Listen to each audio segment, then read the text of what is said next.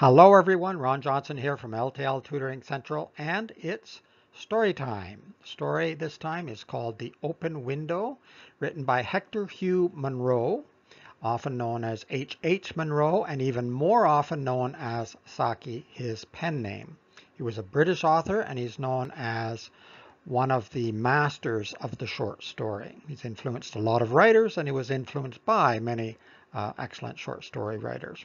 I want you to sit back and listen to the story and just enjoy it if you like, but you can also follow along. I've put the text on the slides, and also think about the characters in the story, particularly the niece. What do you think of the niece, and what do you think her motivation was? You can answer that below if you're watching on YouTube, or I'll also put a link to the website so you can connect with me that way if you have any questions or comments about the story or anything else.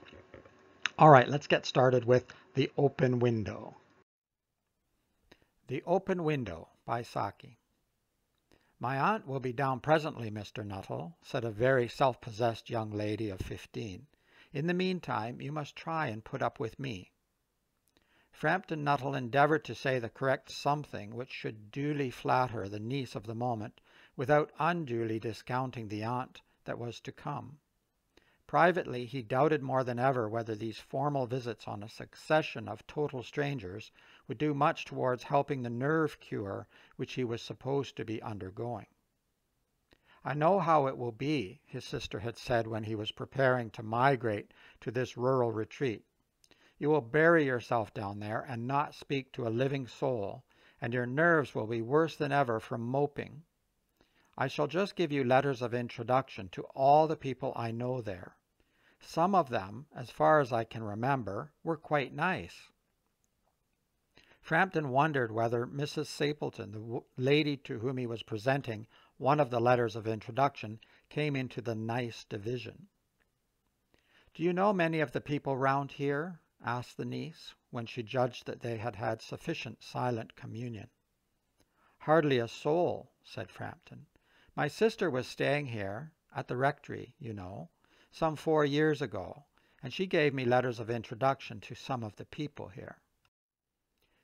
He made the last statement in a tone of distinct regret. Then you know practically nothing about my aunt, pursued the self-possessed young lady. Only her name and address, admitted the caller.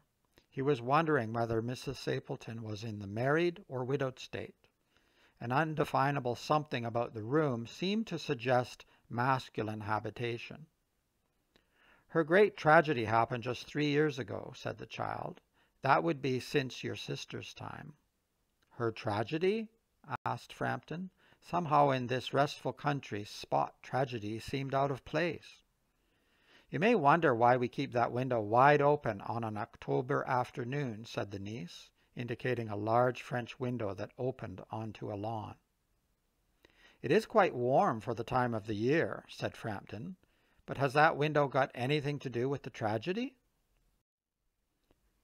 Out through that window 3 years ago to a day, her husband and her 2 young brothers went off for their day's shooting. They never came back. In crossing the moor to their favorite snipe shooting ground, they were all 3 engulfed in a treacherous piece of bog. It had been that dreadful wet summer, you know, and places that were safe in other years gave way suddenly without warning. Their bodies were never recovered. That was the dreadful part of it. Here the child's voice lost its self-possessed note and became falteringly human. Poor aunt always thinks that they will come back some day, they and the little brown spaniel that was lost with them, and walk in at that window just as they used to. That is why the window is kept open every evening till it is quite dusk. Poor dear aunt, she has often told me how they went out, her husband with his white waterproof coat over his arm, and Ronnie, her youngest brother, singing, "Bertie, why do you bound?" as he always did to tease her because she said it got on her nerves. Do you know, sometimes on still, quiet evenings like this, I almost get a creepy feeling that they will all walk in through that window. She broke off with a little shudder. It was a relief to Frampton when the aunt bustled into the room with a whirl of apologies for being late in making her appearance. I hope Vera has been amusing you, she said. "She has been very interesting," said Frampton. "I hope you don't mind the open window," said Mrs. Stapleton briskly. "My husband and brothers will be home directly from shooting, and they always come in this way. They've been out for snipe in the marshes today, so they'll make a fine mess over my poor carpets. So like you menfolk, isn't it?"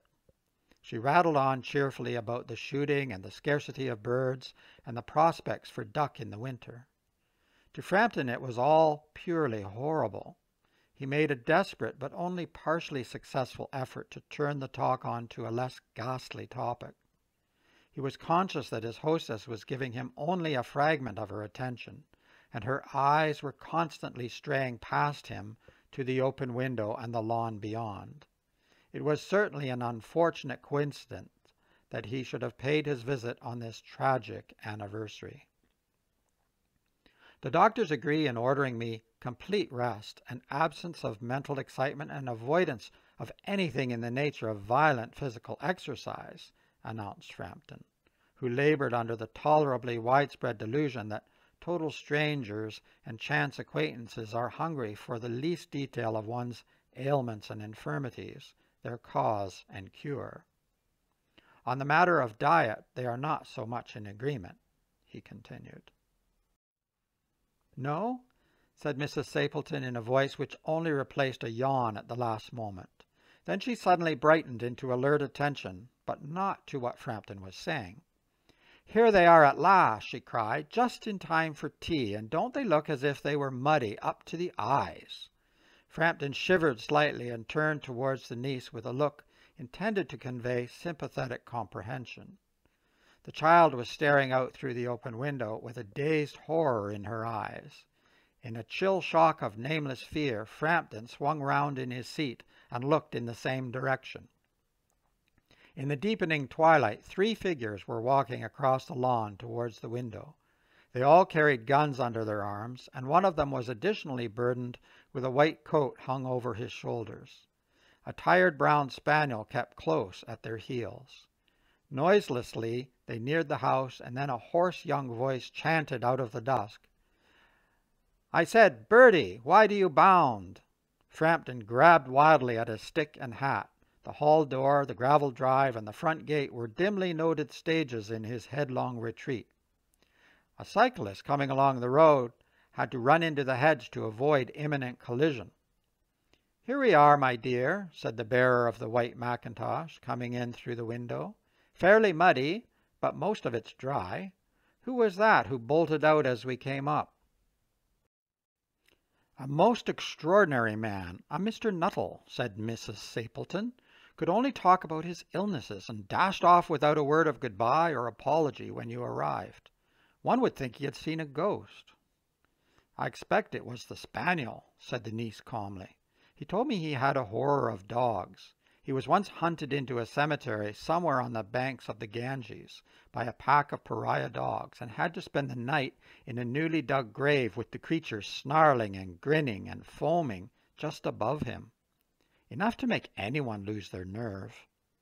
Romance at short notice was her speciality."